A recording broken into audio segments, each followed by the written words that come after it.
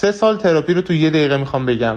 دقیقا تو همین وضعیت گوش بده. 1. دنبالی کسی که باهات مثل انتخاب آخر رفتار میکنه نرو. داداش گلم، آبجی عزیزم، سیکتیرشو بزن هر چه زودتر. 2. هیچی قرار نیست بیاد نجاتت بده. نه استاد خاصی است، نه عموی میلیاردر، نه بتمن. خودتی و خودت. از تا کردن لباس بگیر تا درست کردن زندگیت. خودتی. 3. مرز گذاشتن این نیست که یکی رو بلاک کنی. یاد بگی نه. حالا اگه نمیخوای ناراحت شه یه لبخندم بزن.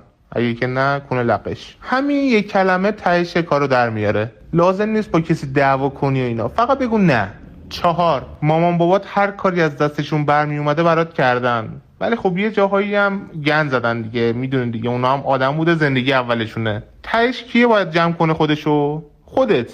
توی دیگه تو. حالا هی بگو نمیدونم فلان کارو کردم با هم، فلان کارو کردم با هم. 5. مراقبت کردن از خودت یعنی چی؟ یعنی خوب بخوابی، یه چیزی بخوری که از زمین در اومده، نه فقط چیپس و پفک. و اون پیام مشتری حال خراب کنه تو زودتر جواب بدی قبل اینکه بگاهی واسه درست کنه. 6. احساساتت نکشتت. گریه کردن که نکشت، داد زدن تو بالشت هم همینطور. ولی اگه احساساتتو بزنی زیر پتو، اون دمار از روزگارت در میاره. 7. خودتو پیدا نمی‌کنی، خودتو میسازی.